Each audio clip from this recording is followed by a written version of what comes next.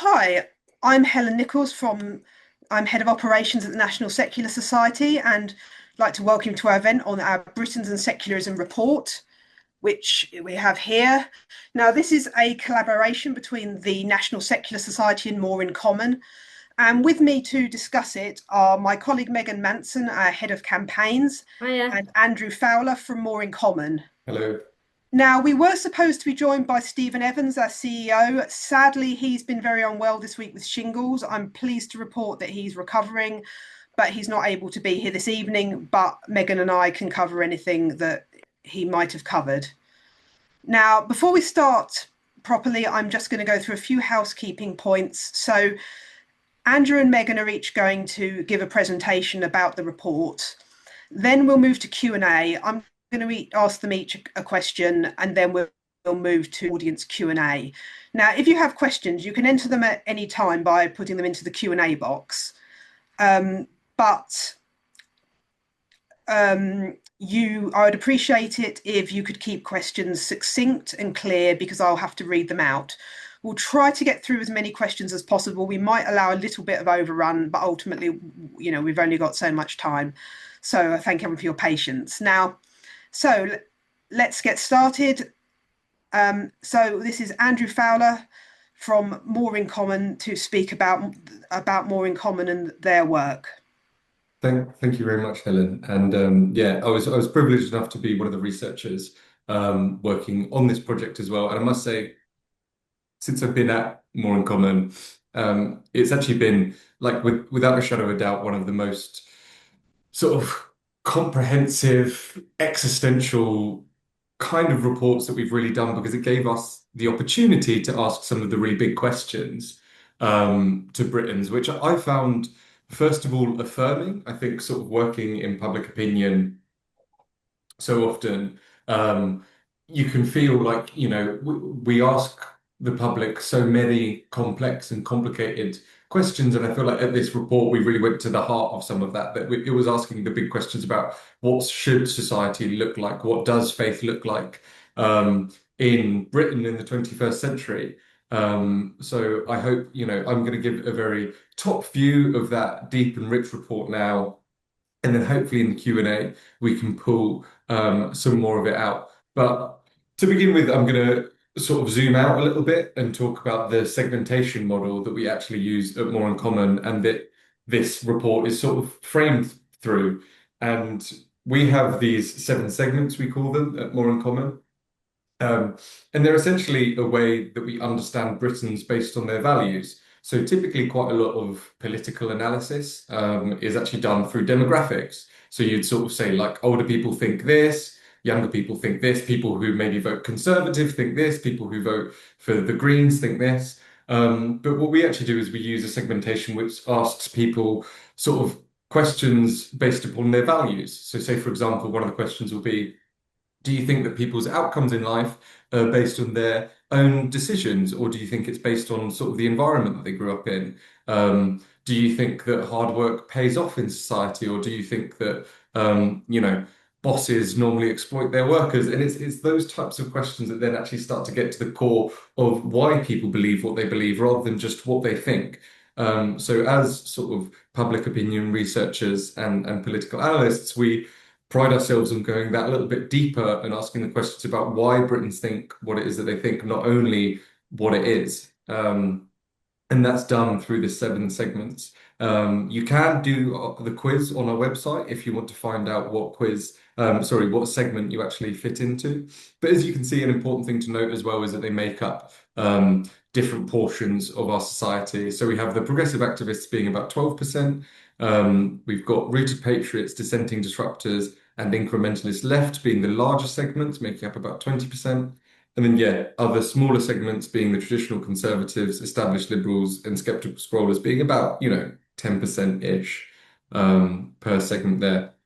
And that's just important, again, to think about how much weight these segments actually carry in the discourse overall in British sort of public life. And now I'm going to do a brief overview of the segments, sort of what their starting points are, on other topics, so that then hopefully you can kind of see them come to life when we apply them to the debate of secularism in the UK. Um, and now, starting on the left, you can kind of see the progressive activists. They dominate quite a lot of our sort of third sector institutions. They work for quite a lot of charities. They're the most metropolitan. They're the most highly educated. They're the most likely to have a postgraduate degree. Again, as it says here, very globally minded. They sort of champion social justice wherever they can find it. But then also they're the sorts of people that quite often feel out of step with mainstream politics. We have the incrementalist left, who are kind of the people who in a traditional left-right spectrum still be very left-leaning. You know, they're quite likely to support things like nationalizing rail infrastructure or energy infrastructure. But they're, as their name says, they're sort of more incrementalist in their beliefs. They're less, whereas the progressive activists are very much like, you know, we need to tear down some of our institutions and start again.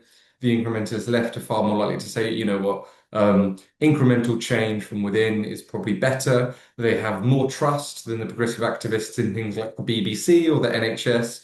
Um, and that's very much something that defines them. Another very high trust group that we have are the established liberals. The way that I understand these most easily is I think of kind of a David Cameron type. Um, and when I was presenting that the other day, a woman very much pulled quite a funny face. But sort of socially quite liberal, economically maybe more conservative. So the likes of people who very much support gay marriage, but then also maybe want freer markets and believe that that's a route to get growth. And something that defines them very much at the minute is being a very comfortable segment as well. They're high trust and they're very comfortable when a lot of the rest of the country feels like things are going wrong. And that's again something that I'll touch upon later. We have our skeptical scrollers. These are a group that are very much defined by their experience with COVID. I won't touch on them too much because I don't think they come into the debate around secularism in a massive way, really. Um, Rooted patriots. These are this is almost the sort of more uncommon name for the red wall voters. They're very likely to feel overlooked by politicians. They're very rooted to their community, as it says, but they're also the highest levels of threat perception. So they very much see the world through the lens of incoming threat and potentially the security that we need to respond to that. Traditional conservatives, they're quite an intuitive one to understand. They're sort of like your Shire Tory type. They're slightly older, more rural, more likely to be pensioners. But again, see through very much through the idea of tradition and are reluctant to change, which I think again that's quite important later on. And then finally, the dissenting disruptors. These people are very much pro-change and in many ways are quite radical because they believe the system is so broken and they're quite anti-status quo. And it's interesting later on to actually see these people, you know, the dissenting disruptors. I'll actually move on to the next slide now. But the dissenting disruptors you can see on our right here, this is their voting habits and color coded to the parties that they majoritively support. And you can kind of see the dissenting disruptors there on the right-hand side, very much the backbone of reforms support at the minute.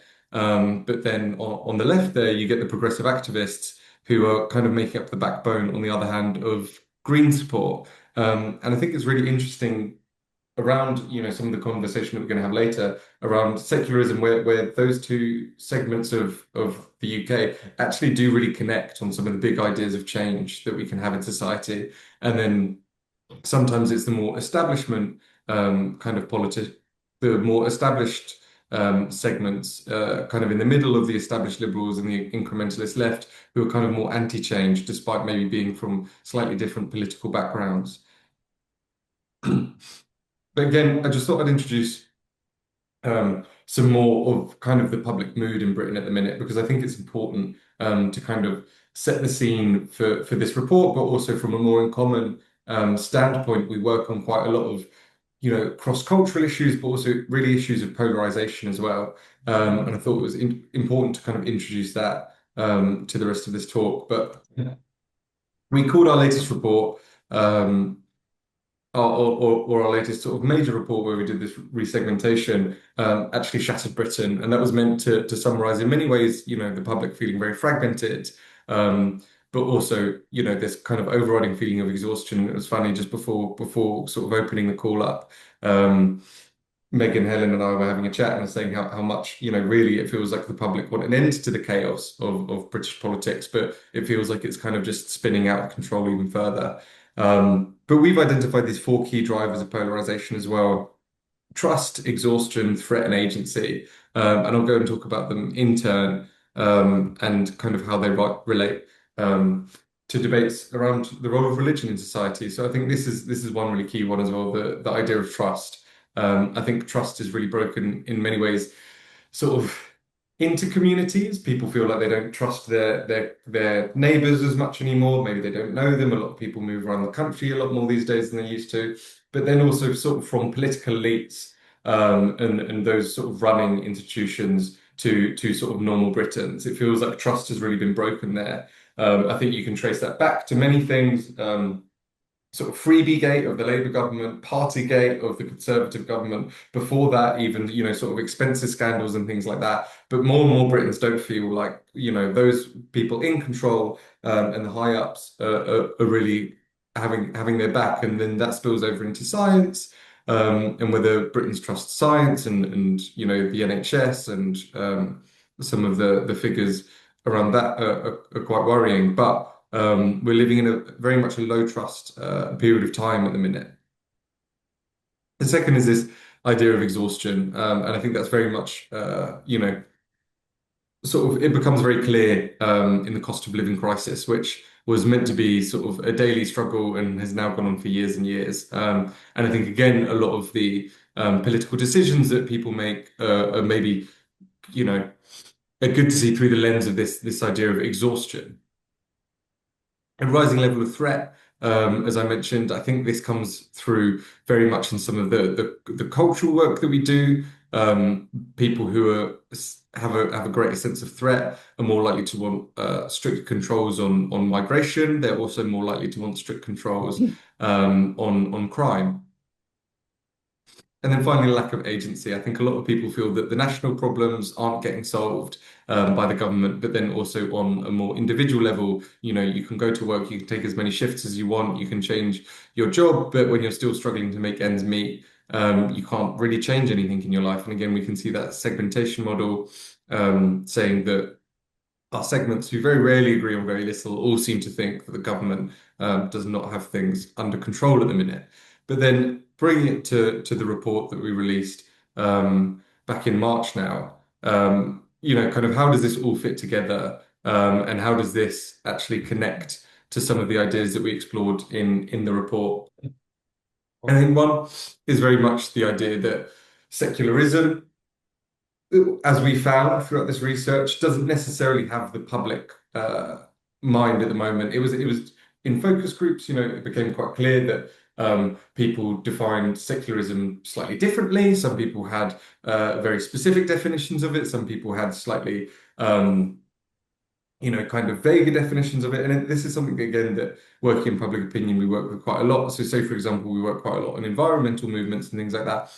And the environmental movement have now been using this term for sort of 10 years or more, net zero. And we actually find that the public have a very kind of, again, low level of awareness of the meaning of that. And I think that maybe is a good starting point for some of the conversation. That then again, I think what's interesting on this graph is actually that people who are more religious, so that's religiosity on the left-hand axis there, people who are more religious are more likely to say that we actually already live in a secular society in Britain. And people who are less religious are less likely to say we live in a secular society. So it already seems that there's some sort of partisan element to this, that if you're religious, you kind of think that the constraints we already have on our government, on the relationship between church and religion are maybe enough. If you're not religious yourself, you're more likely to say that actually we want stricter or more specific separation between church and state there. I thought another thing that really kind of captured this was this idea of change versus status. And when, again, another thing that people were quite unaware of during the report was the privileges that were actually held by the Church of England. It was almost like two-thirds of Britons had no awareness of any of the privileges that were actually held by the Church of England. And then when we asked them about, which ones would they want to, or which ones do they think the church should have and shouldn't have?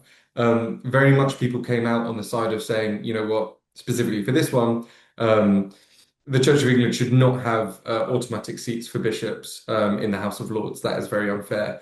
But then when we sort of reframed it and said, what do you think we should do? Should we keep them or should we get rid of them?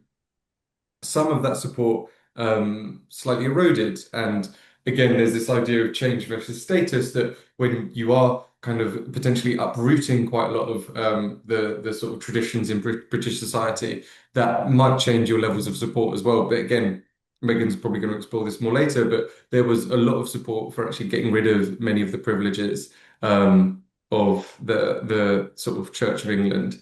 And then I think this is something that's really important at this very moment of Britons really wanting the ability to criticize religion and thinking that's very important.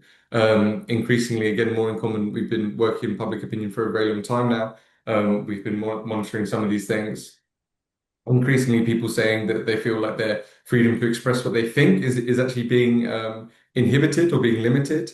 But then also people really wanting to see that people are free to actually, or free from speech which promotes hate, being something else which is really important. But I think what came out from this report was very much that Britons want to see politicians speaking more about religion and that there are there are obstacles that we have to sort of traverse to get to that point, but that it doesn't seem that many leaders are doing that, and that Britons really want to see someone take the gauntlet and make those points. So again, just a brief summary from some of the key British values that we sort of took away from this. We're wanting to see equality. Everyone should be sort of equally able to live their own lives and express their religion how they want.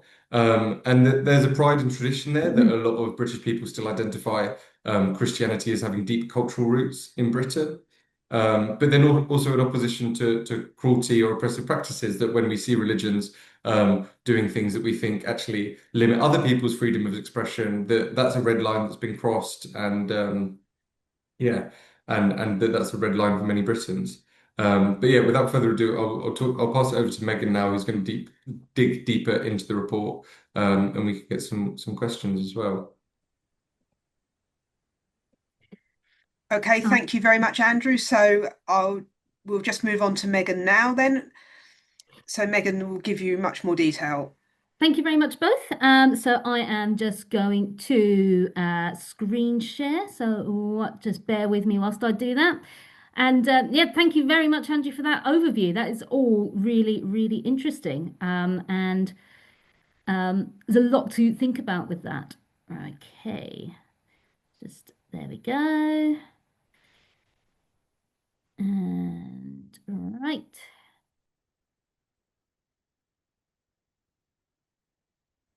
So, okay, can you see a little laser pointer? Excellent, good, that's fantastic.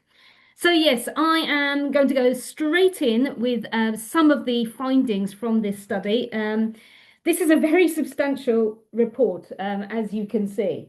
And I've only got 15 minutes, so I won't be able to go through. This is literally just a taster of what's in the report. So I really do encourage you to read this report in its entirety so you can see the full depth and breadth of it. And I will give details on where you can download this report at the end of the presentation.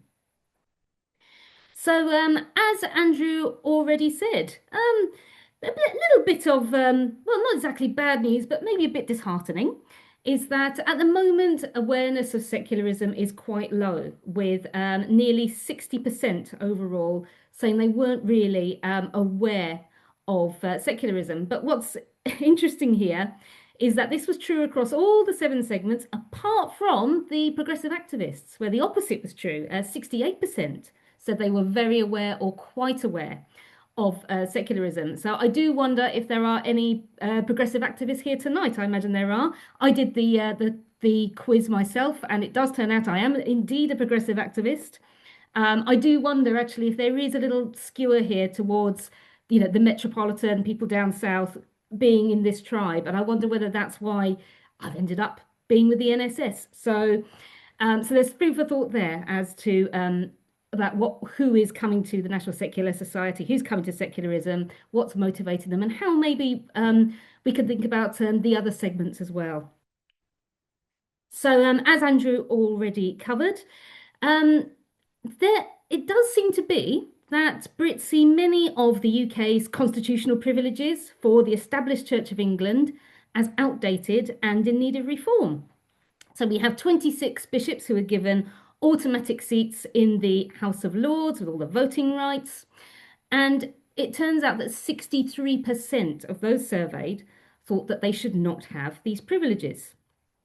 So that's over half. The 1/3 of state-funded schools in the UK are faith schools. So in other words, they are controlled ultimately by a religious body. The Church of England has the largest share of those faith schools, particularly in the primary sector. But 61%, they didn't just think the Church of England shouldn't have this, they said no religion should have these privileges. So again, there's some skepticism about faith schools here, about 1/3 of our state school sector. Every sitting that the House of Commons and the House of Lords have, Church of England prayers are said beforehand. These don't get televised. 55% thought that no religion should have these privileges. So no religion should be having its prayers said in Parliament. When it came to the head of state, the monarch also being the supreme governor of the Church of England, and the Church of England having a leading role in national ceremonies, it was still the case that people were more likely than not to think that no religion should have these privileges. But the opposition was a bit more muted, and I wonder whether that's because these two are perceived as being a bit more symbolic rather than having implications on daily life. So when you think about the bishops in the House of Lords, they do have implications. They can vote on the laws that affect us all. So I wonder if that's why there's a bit more opposition to them, where you can see religion interfering with the state, then people are more wary of it. But when it's seen as just symbolic, people are less wary. And another interesting thing to note about this is it's often been posited of having of us having multi-faith responses to this. So, for example, extending the bishop's bench to include leaders from more religions. But in fact, there is not an appetite for this here. Rather than saying, yeah, well, yes, we should have more religions have this privilege, there was quite an emphatic no. And that is something that policymakers should bear in mind, that actually, rather than seeing religious privileges extended to more religions, people generally feel wary of them as a whole. So the picture is people aren't just skeptical of the Church of England being privileged, they're skeptical of religion in general having privilege in the state. And as Andrew pointed out, this is interesting when you consider that actually 60% of people didn't really know what privileges the Church of England had, and 33% didn't know it had any at all. So we have a mismatch here. We have people who are not aware of these privileges, but when they are, they suddenly think, oh, I'm not sure about that. So now moving on to religion and schools. We touched on this already, talking about faith schools. But now let's look at the faith schools admissions process. So most kinds of faith schools can prioritise children whose families belong to the religion of the school when they are oversubscribed. So if you have two families and one family is Catholic and another family has no religion, that school can say to the Catholic family, even though the other family is living closer by, we're going to prioritise you. And it looks like most people were not really aware of this. So 64% didn't realise that this was legal. Only 36% thought realised it was. And that's understandable because I think most people are vaguely aware of equality law and that religion is a protected characteristic, which means that you can't discriminate on the basis of religion or belief. They're not necessarily aware that faith schools have a lot of exemptions from equality law, and that includes in their admissions process. And again, we see something similar that we saw with issues related to religion and state. people are not necessarily aware of this privilege or this ability of faith schools to select on the basis of religion, but when they are made aware of it, they are not sure about it at all.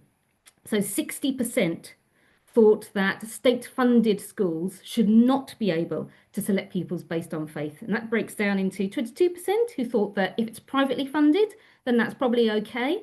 So, none of your taxpayers' funds are going to it. 39% thought even if it's private, they should not discriminate on the basis of religion. So that's interesting. What's also interesting is that religious people also seem to think this as well. We had 56% of Christians thinking that state schools shouldn't select on the basis of faith, and 50% of Muslims thinking this as well. Now, religious education, RE, has been a big hot topic, partly due to the curriculum review and partly due to the Supreme Court ruling last year, which established that religious education, RE, must be objective, critical, and pluralistic. And it seems that 2/3 of Britons are in agreement. 67% overall said that the purpose of RE should be to provide students with a broad and balanced understanding of various religious and non-religious worldviews. And only 16% thought it should be to educate children in a particular faith and instill moral values based on religious teachings. And again, fairly united among religions and beliefs here. So you can see that over half of the non-religious Christians and Muslims agreed with this first point of what RE should be. And here we might see a bit of a mismatch between what the public opinion is and what public policy is, because at faith schools, many faith schools can teach a very exclusive form of RE, which is designed to inculcate children into a particular religion, and which prioritizes that religion over other religions and beliefs. So they're either covered in sort of a very minor way or not covered at all. It does depend on the school. Now, religion and charities. So the advancement of religion is a recognized charitable purpose, which means that a religious group can register as a charity without actually doing anything apart from promoting its religion. So it doesn't have to run a food bank or anything like that. It can register just because it is advancing religion, and it doesn't need to really demonstrate a tangible public benefit. Now, religions get a lot of tax relief, so we think this is a form of religious privilege in charity law. Now, Brits were almost twice as likely than not to think that religious groups should not get automatic entitlement to charity status, but overall they were somewhat ambivalent on this question. However, they were more decisive when it comes to what those charities can do, particularly regarding their views on women and LGBT people. So 59% of people overall thought that religious groups should not be allowed to register as charities if they discriminate against women or LGBT people. And we have found many examples of religious charities under the cloak of religion actually discriminating against these groups. And you might have seen our report last year on looking specifically at misogyny promoted in religious charities. And so there is a little bit of a split here.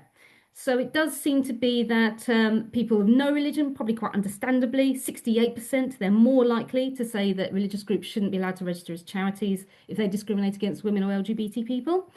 56% are Christians, so a little bit lower. Muslims were quite different. 46% think that religious groups should be able to register charities and promote their views, even if they are discriminatory to women or LGBT people. But it is worth noting that 50% thereabouts don't think this. So 20% don't agree, and 34% are unsure. So that's worth noting. Free speech, as Andrew mentioned, is a big topic. 55% of the public think it should be legal to criticise religion, even if it causes offence. However, many people express discomfort when actually doing so, and particularly with regarding non-Christian religions.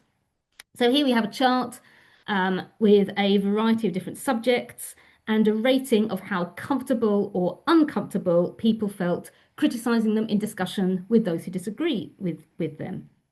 And the top three for causing the most discomfort were Islam, the Israel-Gaza conflict, and Judaism. Now, you don't need a lot of imagination to see that these three are all connected and connected to something that is a really burning topic at the moment. And that's probably why people are feeling very uncomfortable, is that the tensions are high, emotions are high. I did think it was interesting that this was the top three. When you think of other items on this list, particularly trans rights activism, we know that that's also been a very hot button issue, and it's been causing a lot of division, and yet it was still outranked by these three in terms of how uncomfortable it is to talk about.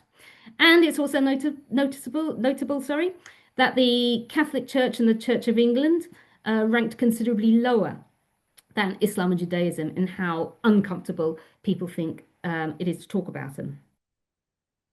Now, moving on to social cohesion, Brits are twice as likely to say that religion has a negative impact on social cohesion than to say it has a positive impact. And almost 3/4 consider religious extremism to be a very serious or somewhat serious problem. And that's fairly consistent across religious groups. In fact, religious extremism is possibly the most salient issue with the British public relating to the role of religion in society. And you can see this reflected in this graph, where religious division and religious fundamentalism are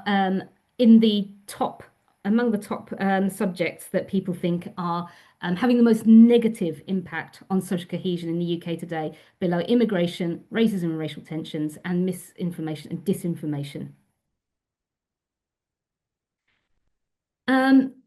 Brits take a very strong stance against religious practices which are perceived to conflict with liberal values. So we have a list here of controversial religious practices, and we can see that all of them, more people thought they should be prohibited than should be permitted. What's perhaps not surprising here is the top answers for should be prohibited tended to be the things which are already prohibited. So forced marriage, female genital mutilation, and the exclusion of women from public life in the workplace. Whereas things which are currently legal attracted slightly lower should be prohibited answers. So, for example, the non-stun slaughter of animals for halal and kosher practices.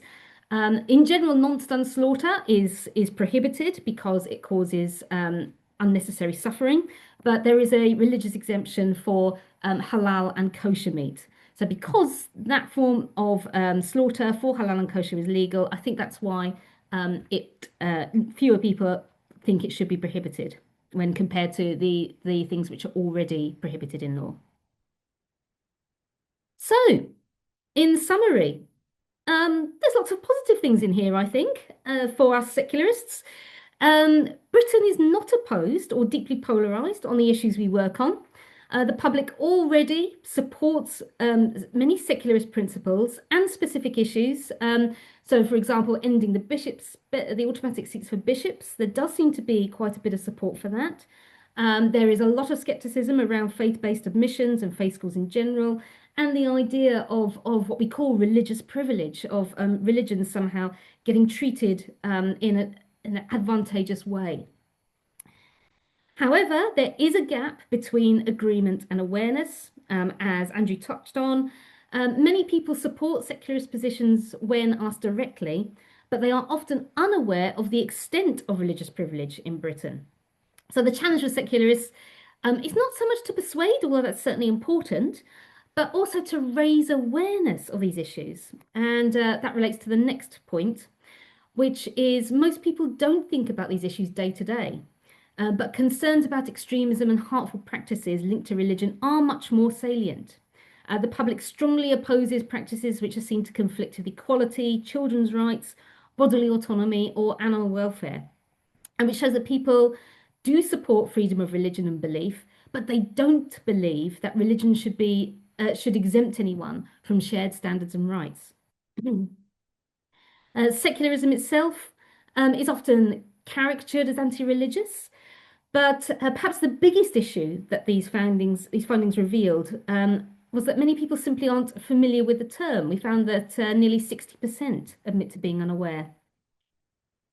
But we have opportunities here, and the opportunity is not to wage a culture war against religion. That is not where the public is.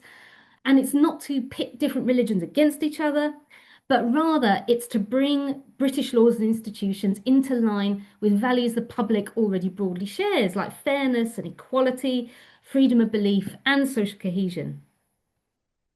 Now, obviously, policy can't be dictated by polling alone, but politicians should feel confident that there is mainstream support for reforms that reduce religious privilege and move Britain forward towards a more secular democracy.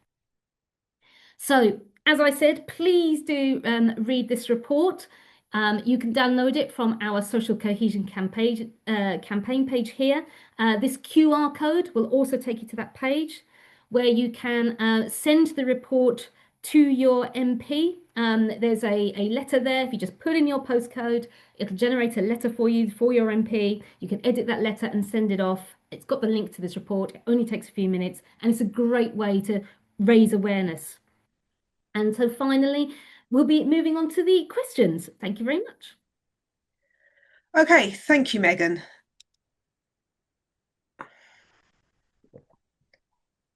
So if we just take away the screen share as well.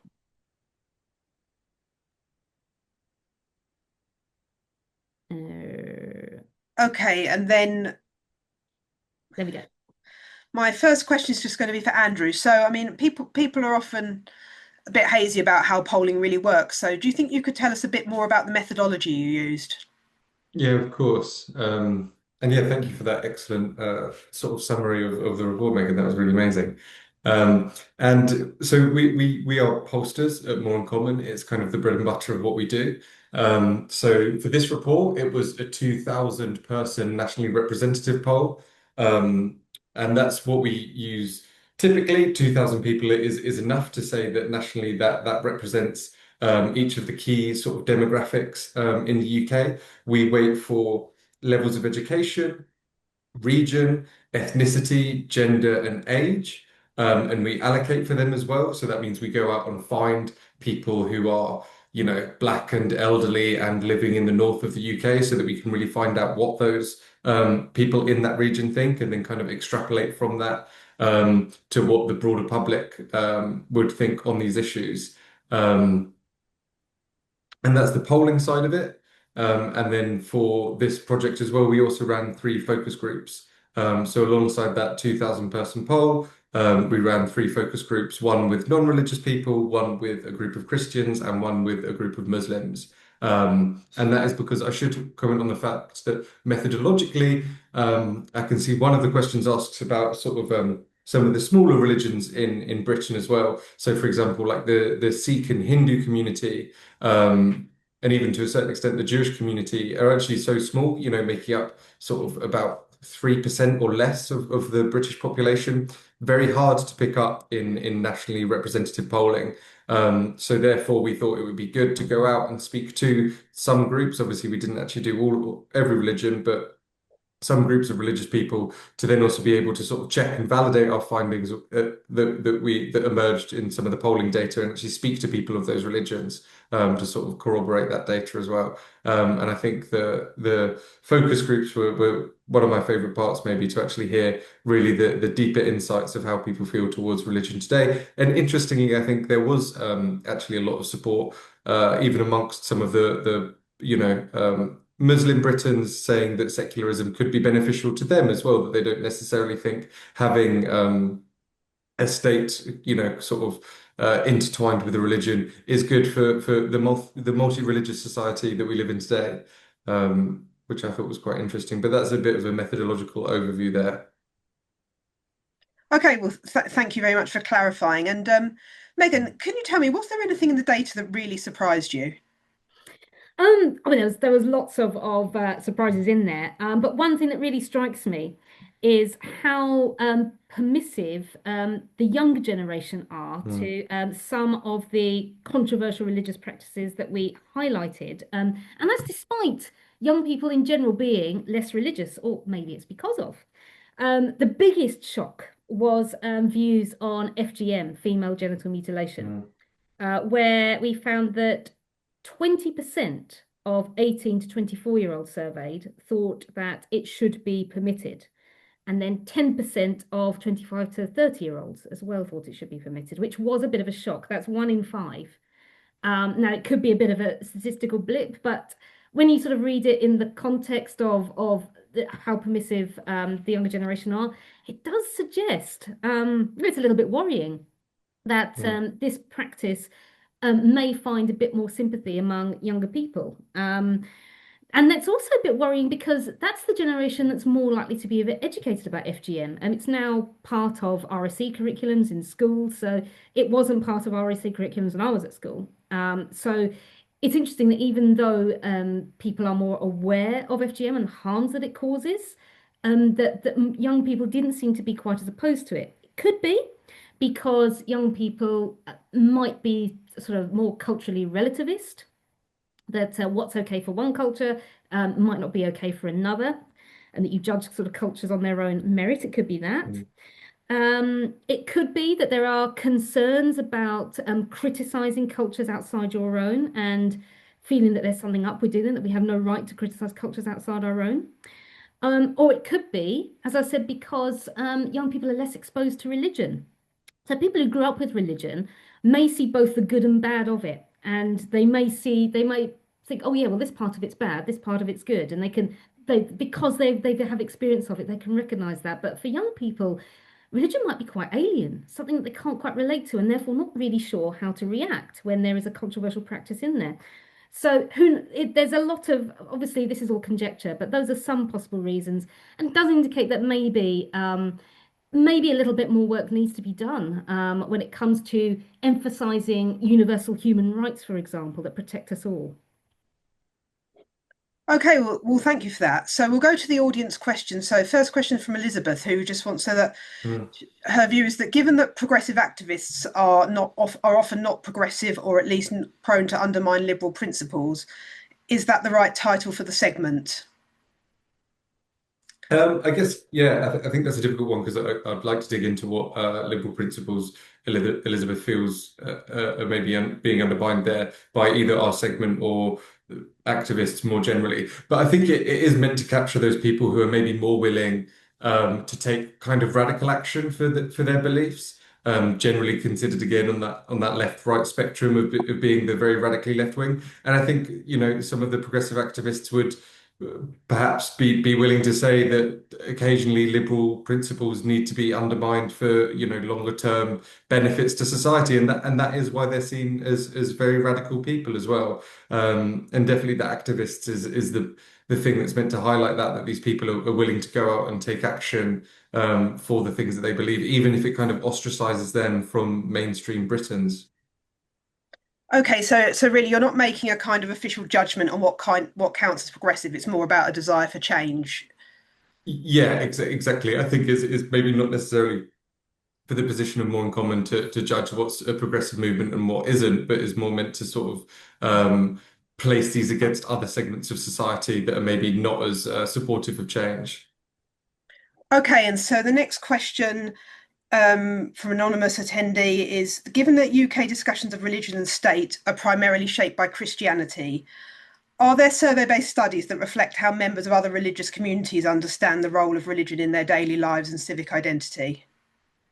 So again, I think I'm happy to jump on that quickly from just a data standpoint that again with say for example the Muslim community in the UK, they're very difficult to poll because they don't make up a huge portion of society, and then again you have difficulties say maybe older first generation Muslim migrants who maybe don't speak English as their first language, for example. So they're more difficult to poll. It's more difficult to survey and understand what they think. And that only gets harder as you go to the smaller religions, like sort of Sikhism, Hinduism. But Jewish communities, on the other hand, there is actually Survation do quite a lot of polling of the Jewish communities. Survation are also actually quite good on accessing Muslim communities as well. But that's kind of they're a difficult subgroup within the UK to poll and accurately reflect what they think, which is a really difficult thing for society more generally then as well. But I think quite often people comment on the opinions of these religions without us robustly being able to represent them. Okay, thanks. And Megan, do you have anything to add to that? Yes, I'd say that actually that research is often going on within those communities themselves. So Yeah. there's the Institute for Jewish Policy Research, which does a lot of research from the Jewish community. There's the Seek Survey, which does this, and it does explore these issues, but it is just within those communities. So they don't look Mm, at, they don't ask the same questions outside those communities. So mm, I think this data is all useful, and we do look at it ourselves, and it is useful to see what different communities are thinking. But yeah, I can't think of many sort of comprehensive ones. mm. It's difficult, as Andrew said. So the thing that we rely on when we want to know is looking at the individual groups within these communities that are doing this. Okay, and so question from Anne, who wants to, has the report and insights been shared with our politicians, and how can the work be used to inform policy decisions in Westminster? Yes, yeah, we have shared it certainly. And as I said at the end of my presentation, you can share it with your MP yourself. We are hoping to also host a sort of a what's the word? Not it's a like a sort of a stand in Parliament that MPs can visit as well. So we are still trying to push getting this to MPs, getting this to policymakers, and anything that supporters can do to help raising this with policymakers, please do. Great. Do we know when we're going to be doing that? I am I don't think the date's been 100% pinned down yet. Okay, so great. So just watch this Well, space. But this, yeah, watch this space and we'll get it pinned and we will contact everyone to let their MPs know that this is happening. great. Okay, so next, another question, anonymous. Given the massive differences in Muslim responses, does the Muslim population of a whole have more or less in common? I think that's with each other. Yeah, I mean, I would say again, this report was to kind of Megan's point there as well. This report is not meant to necessarily pit one group and say this group believe this group believe that. Look at how radically different they are.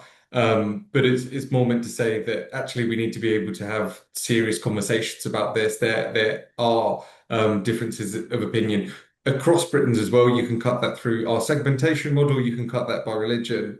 But that really, I do think, to the point of the question, there are also vast differences within Muslim populations as well. And I think it's important for research like this to also, if anything, put pressure on, Muslim, Christian, whatever religious leaders it is, to have serious conversations and bring whatever, difficult topics they're talking about within their communities or between communities to light. Because if you don't do that, sooner or later, it's actually going to be the bad actors who are willing to have that conversation. It's going to be the likes of your Tommy Robinson and sort of Mhm. more radical imams and things like that. If you don't have a conversation before letting them get a hold of it, it can quite quickly spiral out of control. So that's what this report, from a more in common perspective, is meant to really be doing.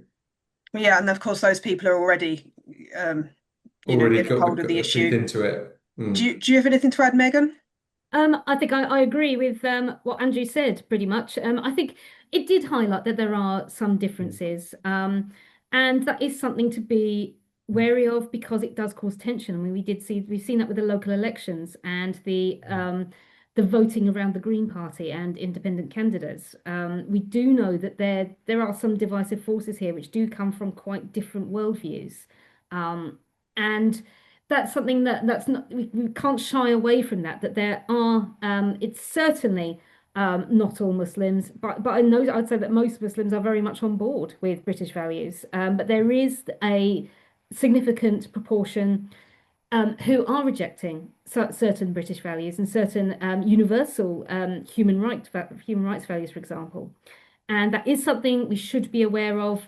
And if we want to stress universal human rights, if we want to stress values like equality and freedom of conscience, that we need to uphold these values and promote why they are good. Because just as Andrew said, you will get bad actors who are promoting a very different story, and that's not the country I think we want to be.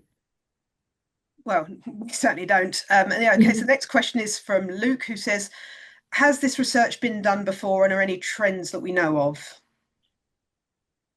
Um, I'm not sure if Megan, are you aware you might be more No, across I like think this sort of is other. Yeah, I think this is quite particularly using the more uncommon lens as well to sort of segment society. I know that YouGov obviously did well. have done quite a few reports on the state of religion in society, but that's more just meant to see sort of track religiosity across generations. But I think this is the first real deep dive into secularism as a almost as a project to sort of ask Britons about. Yeah, but I mean, there's a lot of these questions on their own have been Mm, asked, but it's never been sort of mm, in one report, and some of them haven't been asked. I think the question mm, on charities, for example, has not really been mm, asked before. So yes, it is quite a unique report. There's lots of things in there which I don't think have been asked. And as you said, a lot of reports on religion in Britain focus on the beliefs themselves, and they don't look at how those beliefs interact mm. with society and with the state, which is, really important to know. Okay, and then Matthew is asking, wants to know from Andrew, what distinguishes the skeptical scrollers and the dissenting disruptors because they seem quite similar to him. Yeah, well, that's a good question. I would say the dissenting disruptors are far more politically engaged still. So the disruptors are one of the most likely segments to sort of post about politics online. They also do go out and vote. As we see sort of now, they're in many ways it's the dissenting disruptors are the segment that were responsible for sort of the big turn to the Leave campaign during Brexit, during that referendum, and then again are now turning out for reform. And that's why we're seeing almost these quite big lurches when that segment of the population become politically mobilized. But skeptical scrollers, on the other hand, we were almost going to call them post-political at a point because these are people who feel very much almost checked out of the idea of sort of big society. They don't necessarily feel like their vote makes a difference. They're a very low trust segment as well. They kind of think that, to put whatever you want on your ballot piece of paper and it's never going to make a difference. So they're very much checked out in a lot of ways from their community, but then also from the political system overall. And then also just something geographical, skeptical scrollers are far more urban, dissenting disruptors are a bit more in sort of suburbs and rural England, coastal towns quite a lot of the time as well. Okay, that's interesting to know. I have to admit, Mm. I was a skeptical scroller, which surprised me. It didn't Oh, quite, really? well, I didn't see it exactly fit it. I think it might have been skewed by not Mm, posting online because I don't, mm, because it's not my job to do it for the NSS accounts, and I don't want to mm, blur my messaging into other issues. But I mm. think also that it did reflect to me that maybe a high level of skepticism, strangely, is what got me into secularism because it So started with skepticism about religion. So yeah, I was that's very the interesting. awkward one at the NSS. Um, Oh, that's good to hear. Unfortunately, the NSS has got a lot of awkward. Okay, so we've got David who wants to know how do we get smaller religions and non-established Christians to support removing Church of England privileges? Well, that's a good question. And fortunately, I'm hoping that we are getting rising numbers actually of smaller religions and non-established Christians to support us.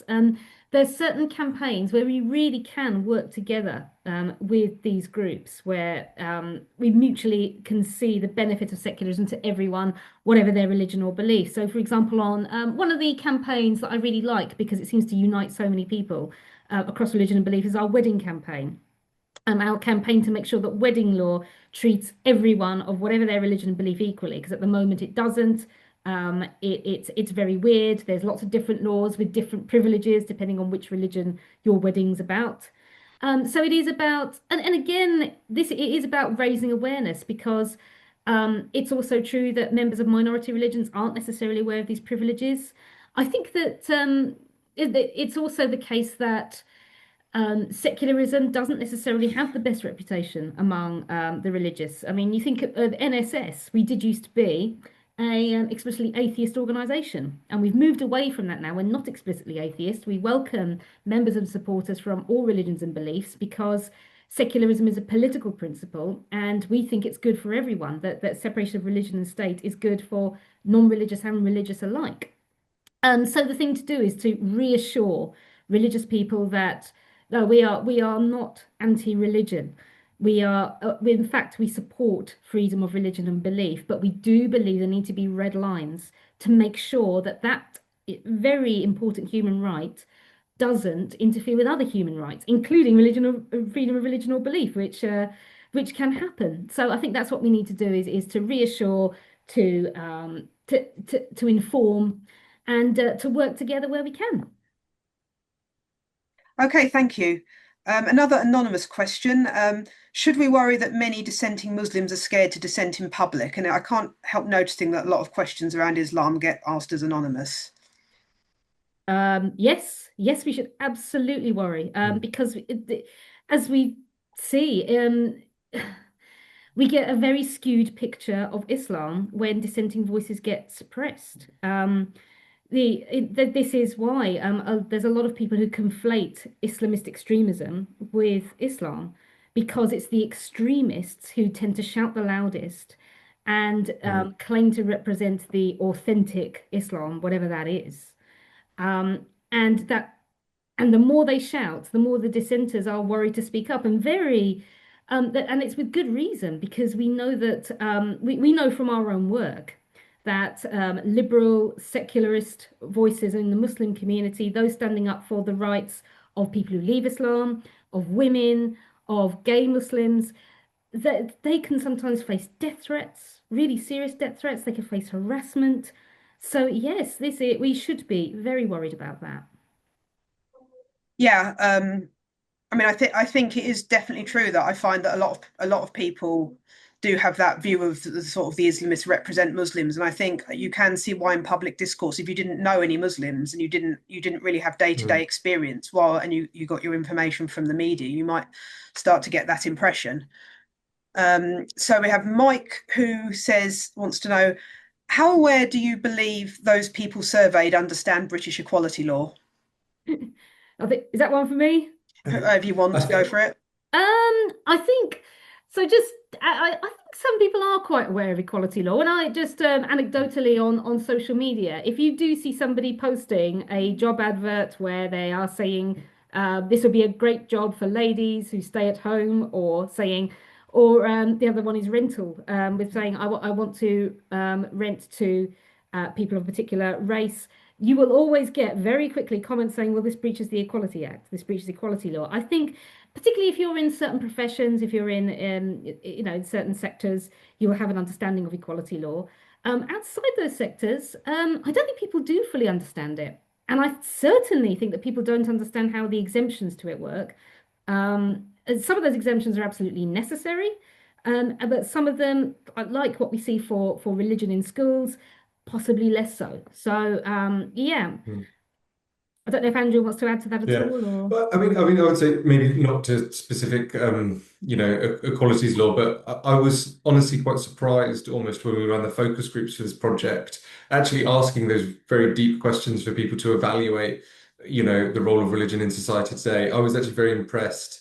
And it was very affirming to hear how deeply I think most people had actually thought of it before coming to those focus groups. That, we don't at all recruit for levels of engagement in the topic. We don't say, does someone want to come and talk about secularism with us for an evening? We recruit, Britons from around the country quite randomly, depending on the recruitment criteria. But actually, a lot of people had thought of some of these deeper, the sort of liberal values that we've been discussing tonight are really important to people. And then maybe it's more of a question that do people have the ability to express how important those things are to them in their day-to-day life.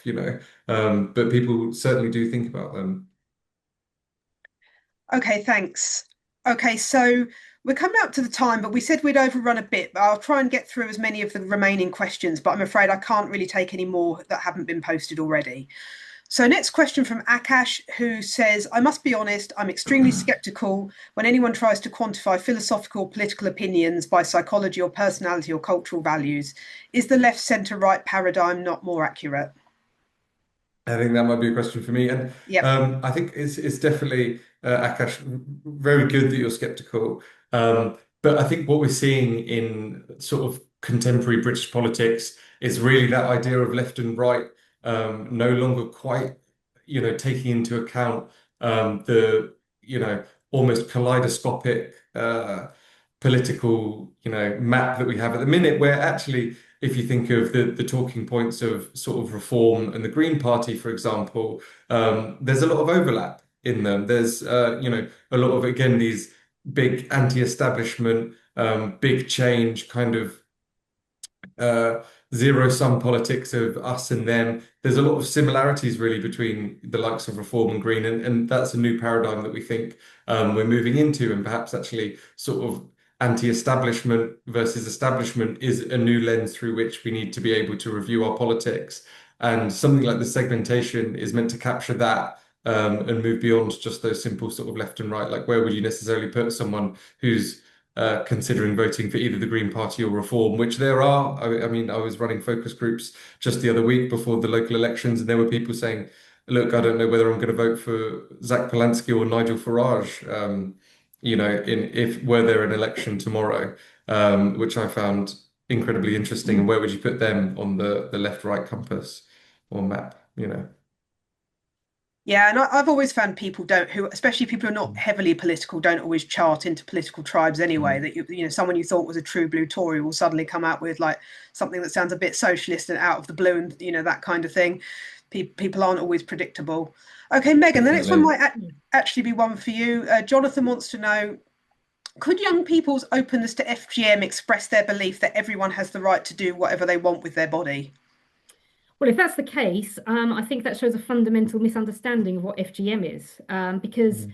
FGM, by definition, female genital mutilation, is non-consensual.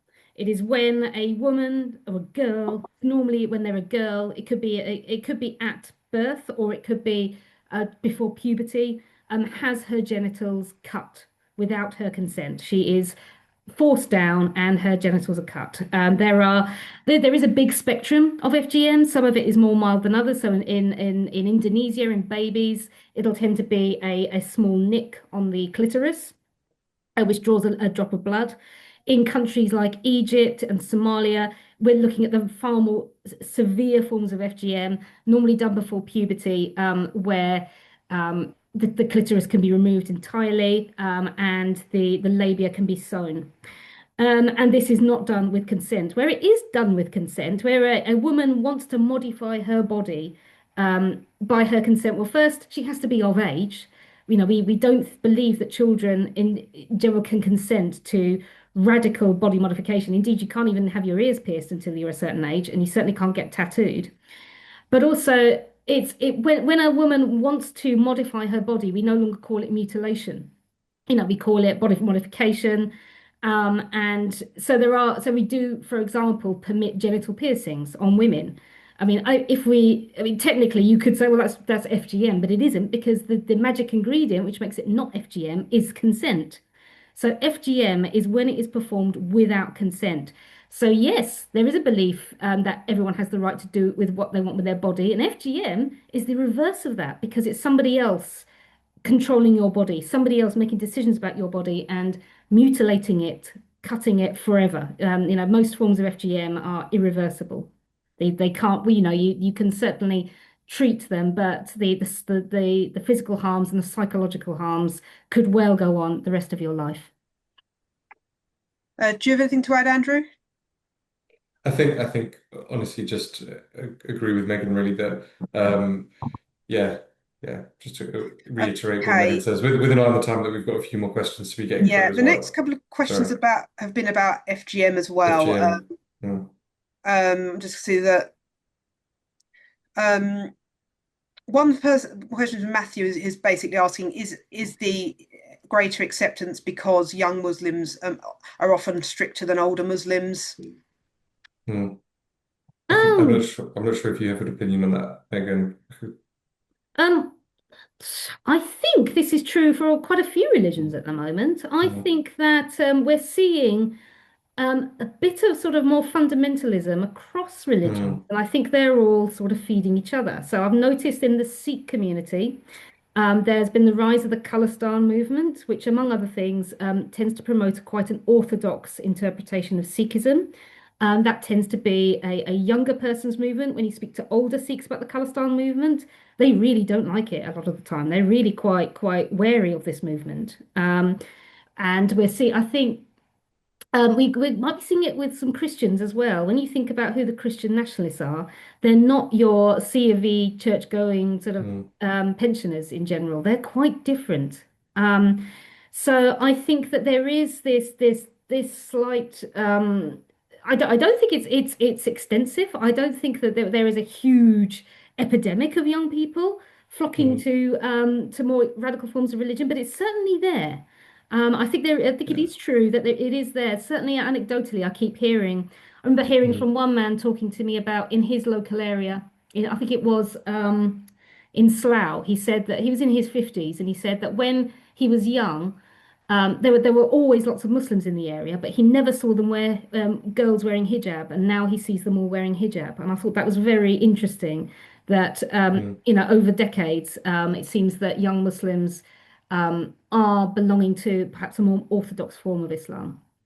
Yeah, and I think there's an interesting, quite often public opinion shows that I think there's a stronger sense now, just picking up on that point, but a stronger sense from Britons that really there needs to be from migrants coming over. It's a slightly different point, but a real emphasis on integration as well. And that's something that I think a lot of Britons are picking up on today, both in our polling data, but on focus groups as well, that maybe as society does become, more polarized, it's very easy for people to feel entrenched in their communities, in their groups, and that this is the identity that you have to ascribe to or not. Things become suddenly very binary, that you're either them or us. Mm. And actually, kind of really, I think the goal for most Britons is having, that you can pick and choose parts of your identity. You don't have to be all one or something else. And I think there is the fact that some people, some young people potentially are turning to religions as some in a way a smokescreen for sort of more generally conservative values as well. That it then you can stack other values that you have with it and use sort of religion as, oh, because of my religious identity, be that Christian, be that Muslim, be that whatever, I can then hold these like quite deeply conservative values, maybe about gender roles and things like that as well. And I think that's something that's been picked up not in this report, but I think other YouGov surveys. Okay, thanks. I just add that just because the question was also asking about strict views in relation to FGM is just simply that Mm, Muslims are quite a small portion of the population, so I mm. don't think stricter attitudes among Muslims can simply account for the Yeah. more acceptance of FGM overall. Just because Muslims are such a tiny portion of the population, there probably is something wider happening. Okay, I think we'll have one more question. So we've had another anonymous one. How do you deal with religious people, organisations, representatives who don't recognise the authority of government, laws, and human rights, and who will not respond to social rules? Yeah. That's the question, isn't it? That's a big one. This is not an easy one. That's what Mm, the NSS ultimately. I think that's the big question for us. mm, I think we do need to emphasize universal human rights. I think that's the starting point, is saying that our laws should be based on democratic principles and human rights. It sounds obvious, but I mm, think there is a bit of lack of education in this area. I don't think that schools at the moment necessarily emphasize this quite enough. I don't think that schools have been given the tools to do so. I don't blame the schools. I don't think they've been given the curriculum space and the tools to do so. So there could be some optimism here because mm, citizenship is likely to take a more important role in the future. If it is true, if it's going to be the case that we'll be letting people vote from the age of 16, we're going to have to take citizenship education seriously. And I think that's where we are going to have to talk about universal human rights and why and the reason why we recognise the authority of government, that it derives from democracy and it derives from the acknowledgement of human rights. It is a big question, and I could mm, go on for a long time, and I don't think we would come with a solution. I wish we could. But mm. Andrew, do you have anything to add to that? Yeah, I think trying again to end on that slightly more optimistic note as well is I think it's advice that I sort of give quite often across campaigns, but making sure that to those people that are potentially, I mean, I guess at that stage it's called them being radicalized. You need to make sure that the offering that we're, big society is giving them is really bringing them in. Is that church broad enough? Are we giving those, whoever they may be, are we extending the olive branch, saying, this is the society that you could be a part of, and these are really the reasons why these liberal values are better. And exactly as Megan said, kind of depicting this future which they want to live in as well, rather than sort of turning their back on it and going to these maybe more draconian principles. Okay, well, I think that's a good time to stop. So I have to Yeah. say thank you very much to Andrew and to Thanks a Megan lot. Thank for you. taking part and for those very informative presentations. I say thank you to everyone who tuned in and who asked a question. And we'll be having a new event for you soon. Please keep an eye on our channels. You can subscribe to our newsletter if you want to be kept up with when our events are happening. And so thank you very much and good night, everyone. Thank Great. you. Bye. Good